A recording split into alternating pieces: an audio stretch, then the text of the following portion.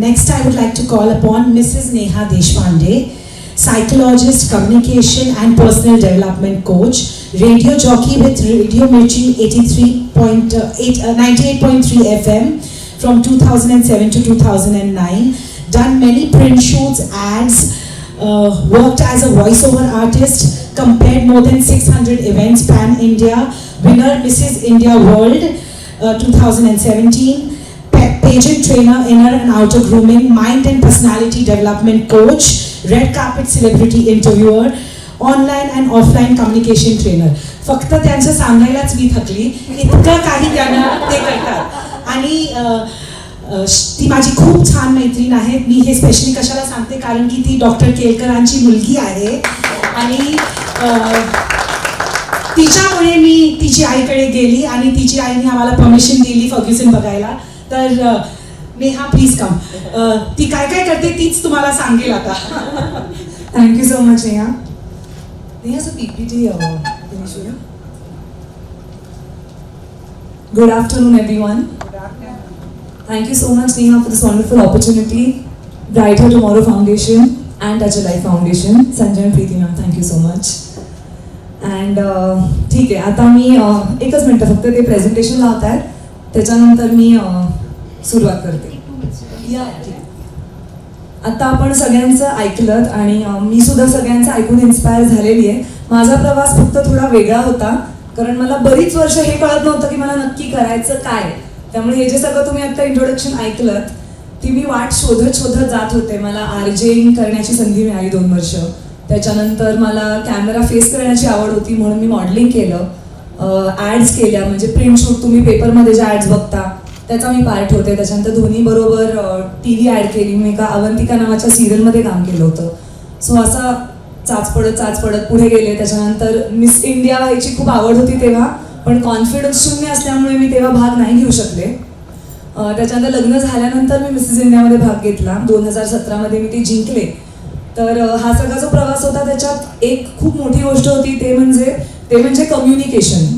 तर किती लोकांना माहिती आहे की कम्युनिकेशन किती गरजेचं आहे तुमच्यापैकी? संवाद साधणं किती गरजेचं आहे, कोणी सांगू शकेल का मला? कोणी सांगा तुमच्यापैकी? सगळे खाली बघायला. आता इतके स्पीकर तुमच्याशी काय म्हटले? हेच म्हटले की प्रत्येकाच्या ह्याच्यात तुम्ही हे ऐकलं असेल की कम्युनिकेशन म्हणजे संवाद साधणं किती गरजेचं आहे. तर तुम्हाला वाटतं की आयुष्याच्या प्रत्येक टप्प्यावरती किंवा कोणालाही भेटताना ते गरजेचं असतं?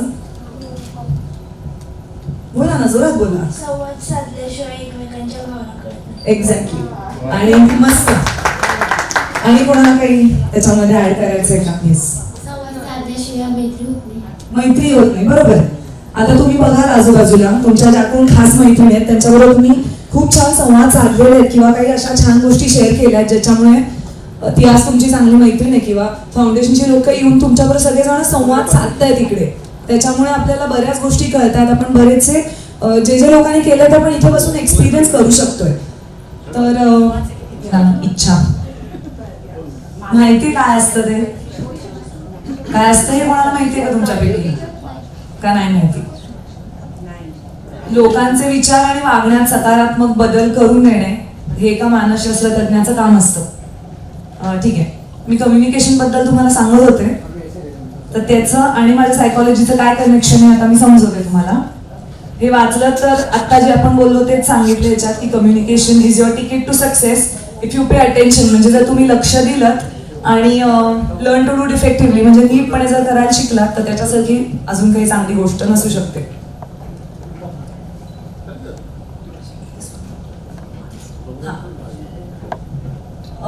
सांगितलं मी तुम्हाला माझी सुरुवात कशी झाली. मी खूप नर्वस होते लहानपणी, मला स्टेजवरती येऊन बोलता सुद्धा यायचं नाही. तिथपासून आता पुढे तुम्ही बघाल काही फोटोज त्या लोकांचे मी इंटरव्ह्यूज घेते, तिथपर्यंतचा प्रवास हा केवळ आणि केवळ कम्युनिकेशनच्या बेसिसवरती झालेला आहे. ठीक आहे, इथे ओळखता तुम्ही मध्ये कोण आहे त्यांना? कोण आहेत? अमिताभ बच्चन. ओके. मी काय तुम्हाला फिल्मफेअर अवॉर्ड्स वगैरे तुम्ही ऐकलं असेल की त्या लोकांना अवॉर्ड्स मिळतात, तर ते जेव्हा अवॉर्ड घ्यायला जातात तेव्हा मी त्यांचा इंटरव्ह्यू घेते आणि त्यानंतर ते जाऊन त्यांचा अवॉर्ड घेतात. ही तर माहितीये का पहिली ही मुलगी कोण आहे? आलिया भट्ट, अनिल कपूर, दीपिका पदुकोण. आता त्यांना नेहा माहिती आहे. मी विचारलं डावीकडची मुलगी कोण आहे ती माहिती आहे का?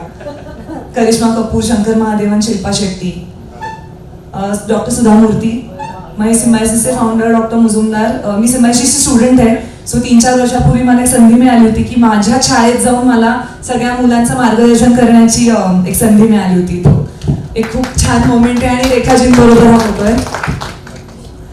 ठीक आहे, आता विषय असा आहे की कम्युनिकेशनचं हे सगळं केल्यानंतर, मी इव्हेंट्स केल्यानंतर मी माझं मास्टर्स केलं सायकॉलॉजीमध्ये, जे आता मी तुम्हाला सांगितलं, मानसशास्त्रज्ञ. तर आता काय होतं, मी जेव्हा पेशंट्सना भेटते किंवा जेव्हा क्लायंट्स माझ्याकडे येतात तेव्हा सगळ्यात पहिलं म्हणजे मला त्यांच्याशी बोलावं लागतं. त्यांना विचारायला लागतं की तुम्हाला काय वाटतंय. ते येऊन माझ्याशी बोलणी, प्रॅक्टिस आणि चॅलेंजेस ह्या फील्डचा असाच आहे की इथे फिक्स टायमिंग्स नसतात. आरजेंचे तसंच काही आहे, कधी कधी फिक्स टायमिंग्स असतात पण ऑफिसला जाण्याचा टाइम असतो, येण्याचा टाइम नसतो. तेवढाच चॅलेंज आहे, पण सगळ्यात चांगली गोष्ट आहे की रोज तुम्हाला नवीन काहीतरी एक्सपिरियन्स करण्याचा चान्स मिळतो. ओके, ऑल द बेस्ट आणि big big thank you. Thank you so much.